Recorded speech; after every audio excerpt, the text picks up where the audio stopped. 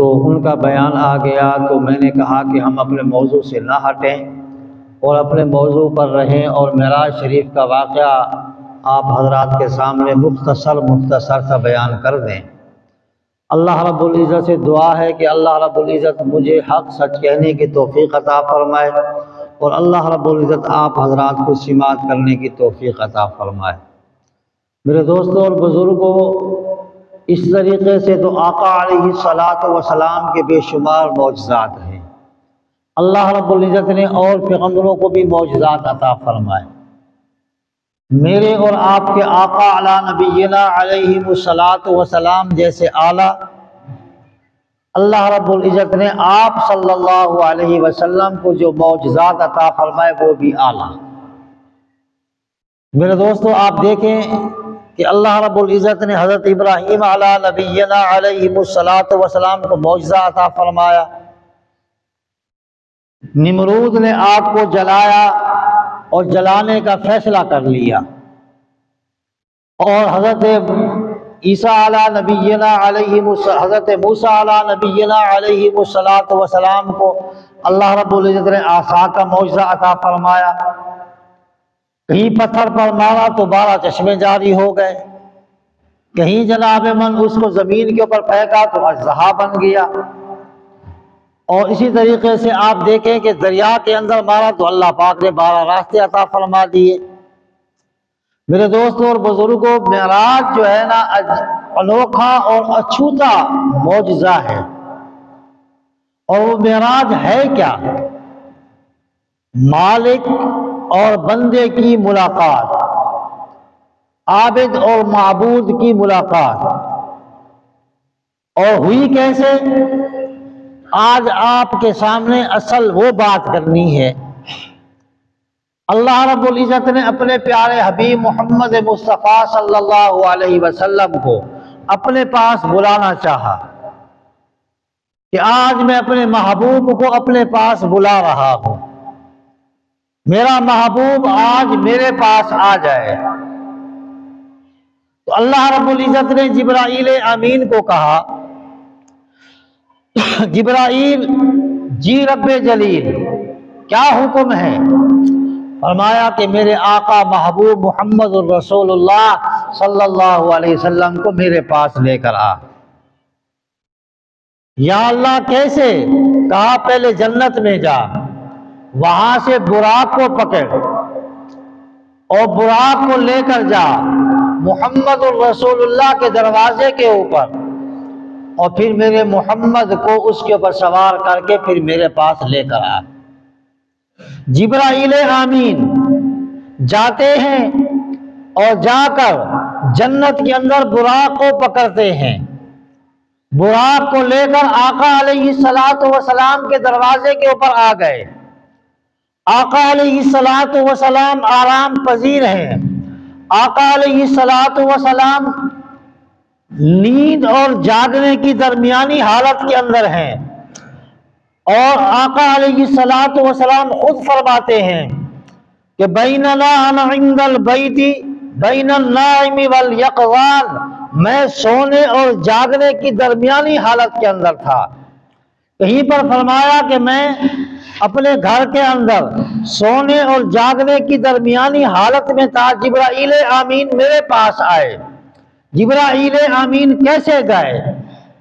جبرائیل آمین کہتے ہیں کہ میں دروازے کے اوپر پہنچ گیا، اللہ رب العزت سے پوچھا کہ آقا اب کنڈی کھٹکھٹاؤں؟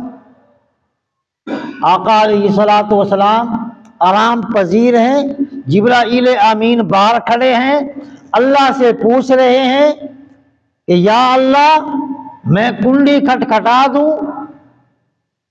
تاکہ میرے محبوب جاگ جائیں؟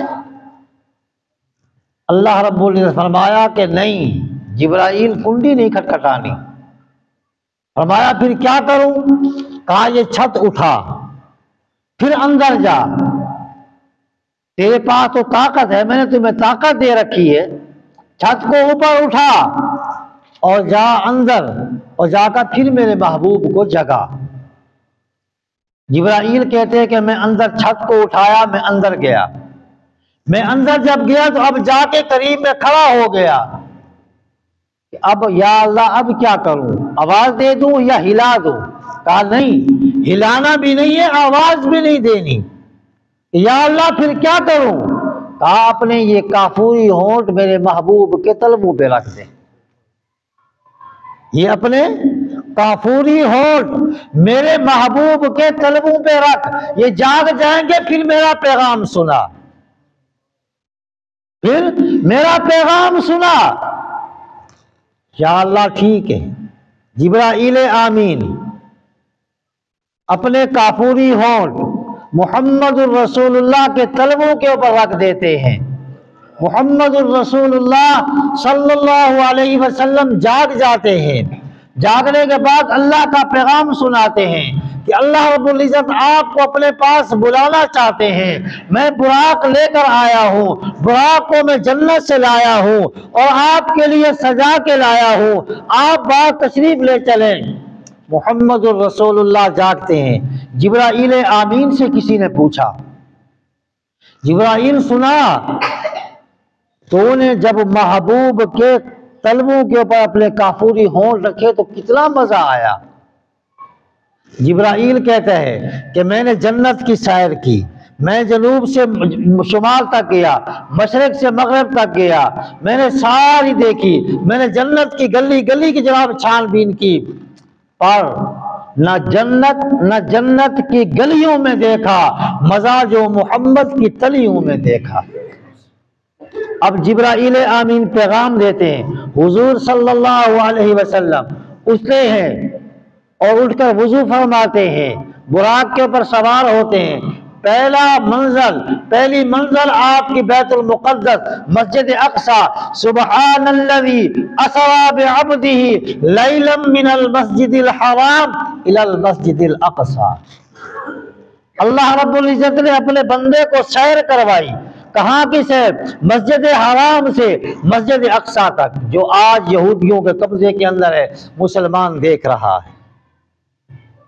آج ہم امام الانبیاء جو کہتے ہیں، حضور صلی اللہ علیہ وسلم امام الانبیاء ہے۔ سب سے پہلی نماز تمام انبیاء علیہ السلام کو اللہ پاک نے حضور صلی اللہ علیہ وسلم کی امامت کے اندر مسجد اقصی کے اندر پڑھوائی۔ آج ہم جناب دیکھ رہے ہیں، ہمارا قبلہ اول بھی پہلا وہی تھا۔ یہ تو حضور صلی اللہ علیہ وسلم کی خیال آیا نماز کے اندر، خیال آیا نماز کے اندر کہ ہمارا قبلہ جو میرے دادا ابراہیم علیہ السلام نے بنایا، ہمارا قبلہ تو وہ ہونا چاہیے۔ اللہ رب العزت وہی نماز کے اندر حکم دے دیا، اے میرے محبوب وَلَا سَوْفَ يُعْطِيكَ رَبُّكَ فَتَرْضَىٰ، اے میرے محبوب میں آپ کو راضی کروں گا، میں آپ کو راضی کروں گا۔ راضی کرنے کے لیے اللہ پاک نے فرمایا میرے محبوب گھوم جا، ادھر گھوم جا، مسجد حرام کی طرف، بیت اللہ کی طرف، بیت المقدس کو چھوڑ دے۔ حالانکہ قبلہ اول پہلے مسلمانوں کا کون سا تھا؟ یہ بیت المقدس تھا، جو آج یہودیوں کے قبضے کے اندر ہے۔ آج ہمارے جو وہاں مسلمانوں کے بچے قتل و غارت ہو رہے ہیں، آج ہمارے نوجوانوں کو جو قتل و غارت کیا جا رہا ہے، اسی بیت المقدس کی وجہ سے۔ آج اگر مسلمانوں کے قبضے کے اندر ہوتا تو مسلمان شہید ہوتے، مسلمانوں کے بچے شہید ہوتے۔ آج ہم دیکھ رہے ہیں، آج ہمارے حکمران، مسلمان ملکوں کے حکمران بھی دیکھ رہے ہیں۔ میرے دوستوں اور بزرگوں، اب یہاں سے یہ پہلی منزل ہے، اس کی آقا علیہ السلام کی پہلی منزل بیت المقدس مسجد اقصی ہے، اور اس سے آگے اللہ رب العزت نے آسمانوں کی سیر کروائی، پھر جنت کی سیر کروائی۔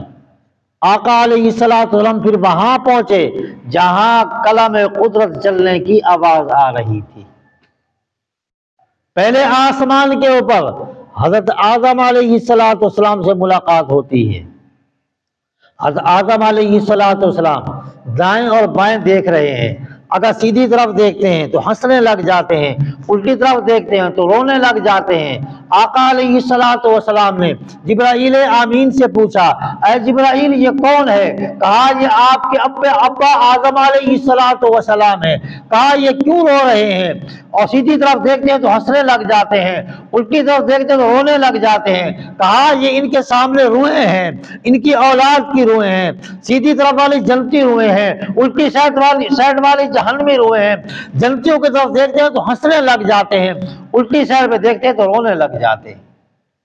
ہمارے لیے ابا آدم بھی رو رہے ہیں، آج ہمیں اس بات کا خیال نہیں آیا، آج ہم اس طرف گئے نہیں، آج اس طرف ہم نے کبھی خیال تک نہ کیا، آج ہم نے کبھی سوچا تک نہیں کہ آج میرے اور آپ کے محبوب محمد الرسول اللہ صلی اللہ علیہ وسلم دنیا کے اندر آ رہے ہیں، تب بھی امت یاد ہے، دنیا سے جا رہے ہیں تب بھی امت یاد ہے۔